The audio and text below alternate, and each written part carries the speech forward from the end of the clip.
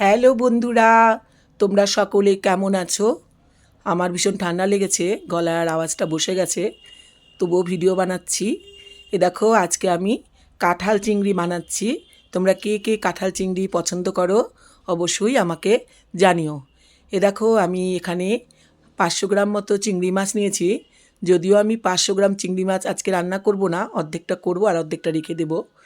এই চিংড়ি মাছগুলো আমি ভেজে নিচ্ছি একটু সরষার তেলে। দেখো, তার মধ্যে একটু দিয়ে দিচ্ছি পরিমাণ মতো নুন, আর একটু দেব পরিমাণ মতো হলুদ।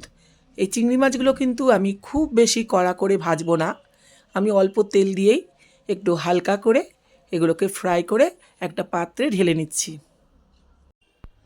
এবার ওই কড়াটা পরিষ্কার করে তাতে আবার একটু সরষার তেল দিয়ে দিলাম। এবার এই তেলের মধ্যে দিয়ে দিচ্ছি 2টো তেজপাতা, 3টে শুকনো লঙ্কা আর 1 চামচ পরিমাণ জিরে। এগুলো হালকা বাদামি রঙের হয়ে আসা পর্যন্ত আমি অপেক্ষা করছি। এরপর এর ভেতর দিয়ে দিলাম একটা কুচি করে কেটে রাখা পেঁয়াজ, একটা ছাড়ানো রসুন দিয়ে একটু ভাজা ভাজা করে এর ভেতর দিয়ে দিলাম একটা টমেটো কুচোনো এবং 1 ইঞ্চি পরিমাণ একটা আদার টুকরো আর 2-3টে কাটা কাঁচা লঙ্কা। এগুলো দিয়ে আমি হালকা ব্রাউন কালার করে ভেজে নেব। এগুলো দিয়ে কিন্তু আমি একটা মশলা বানাবো।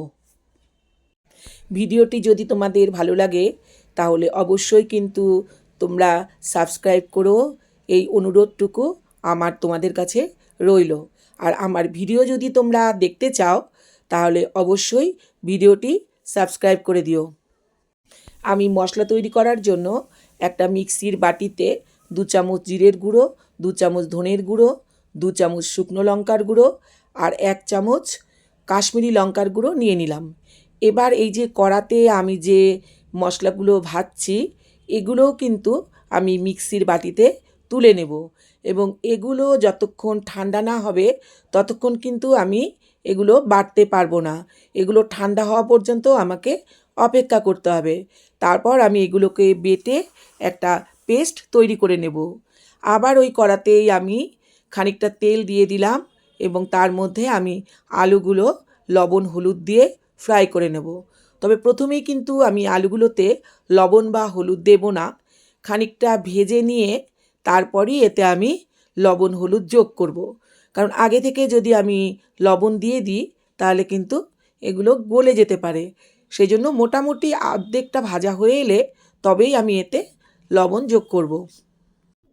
দেখো, আলুগুলো কিন্তু প্রায় ভাজা হয়ে এসেছে। এই পর্যায়ে আমি এতে যোগ করব লবণ এবং হলুদ। এতে এখন আমি যোগ করছি পরিমাণ মতো লবণ এবং পরিমাণ মতো হলুদ। এগুলো দিয়ে একটু ভেজে এগুলো কিন্তু এবার আমি একটা প্লেটে তুলে নেব। এখন সবে এই কাঁঠাল উঠেছে, সেজন্য কাঁঠালগুলো কিন্তু খুবই কচি, সেজন্য তোমরা এটাকে সেদ্ধ করে নিয়েও রান্না করতে পারো। তবে আমি এগুলোকে সেদ্ধ না করে এগুলো আমি একটু লবণ হলুদ দিয়ে ফ্রাই করে নেব। আর ফ্রাই করবার সময় একটু ঢাকা দিয়ে দিয়ে ফ্রাই করব। সেদ্ধ করে রান্না করলে পরে যে টেস্ট পাওয়া যায়, ভেজে নিয়ে যদি আমি কাঁঠালটা রান্না করি তবে তার থেকে কিন্তু অনেক বেশি টেস্ট এতে পাওয়া যাবে। তাই কাঁঠালগুলোকে আমি ঢাকা দিয়ে দিয়ে ভেজে নিচ্ছি।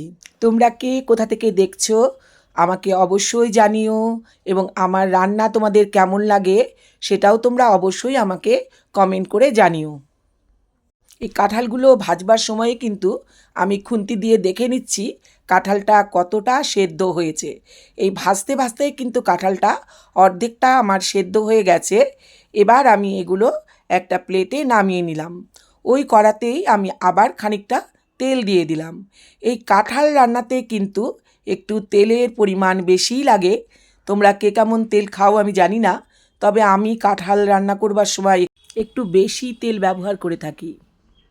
এই তেলের মধ্যেই দেখো আমি একটু জিরে আর কাঁচা লঙ্কা সম্বারা দিয়েছি, আর যে মশলাটা আমি তৈরি করে রেখেছিলাম সেই মশলাটা এই তেলের মধ্যে দিয়ে নিচ্ছি। তবে এই মশলাটা কিন্তু খুব বেশি কষাবার প্রয়োজন নেই, কারণ আমার মশলাটা কিন্তু আগে থেকেই ভাজা রয়েছে।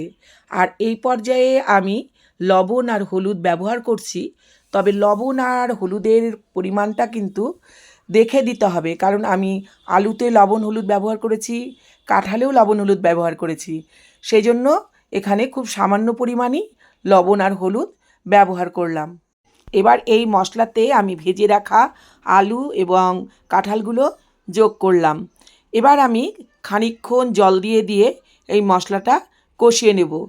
এই মশলাটা কিন্তু খুব বেশি কষানোর দরকার নেই, অল্প কষিয়েই আমি এতে জল ঢেলে দেব। তবে মশলাটা যত ভালো করে কষানো যাবে এই তরকারির স্বাদটাও কিন্তু ঠিক ততটাই ভালো হবে। আমি ঢাকা দিয়ে দিয়ে আর অল্প অল্প জল দিয়ে এই তরকারিটাকে এভাবেই খানিকক্ষণ কষাবো। একটু করে জল দেব আর নাড়াচাড়া করে আবার একটু করে ঢাকা দিয়ে দেব। এইভাবে তোমরা রান্না করে দেখো, তরকারির স্বাদ কিন্তু খুবই ভালো হয়। অনেকেই দেখি রান্না করে একটু ভাজা ভাজা হলো কি না হলো দেখি তাতে জল ঢেলে দেয়, তাতে কিন্তু তরকারির স্বাদ কখনোই ভালো হবে না। এবার কিন্তু আমার তরকারিটা পুরোপুরি কষানো হয়ে গেছে। এবার কিন্তু আমি যতটা জল দেব সেই জলটা দেখো পরিমাণ মতো দিয়ে দিলাম। তবে খুব বেশি জল আমি দেব না, এটা মোটামুটি সেদ্ধ হয়ে গেছে। আর একটু রস রস রাখলে এই তরকারিটা খেতে ভালো লাগে। আর এই পর্যায়ে আমি যোগ করলাম চিংড়ি মাছ, যেগুলো আমি ভেজে রেখেছিলাম সেই চিংড়ি মাছগুলো। আমার রান্না কিন্তু প্রায় হয়েই গেছে।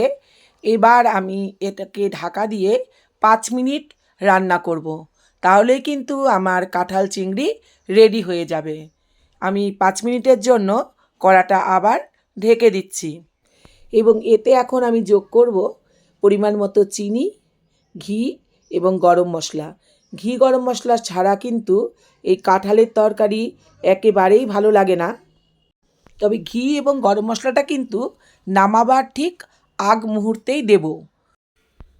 5 মিনিট হয়ে গেছে।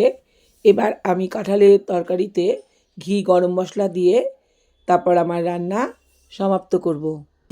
ভিডিওটি যদি তোমাদের ভালো লাগে তাহলে অবশ্যই তোমরা সাবস্ক্রাইব করে দিও। এ দেখো শেষ পর্যায়ে কিন্তু আমি গরম মশলা ও ঘি যোগ করে দিয়েছি। এবার আমি কড়া থেকে একটি পাত্রে এগুলোকে ঢেলে নেব।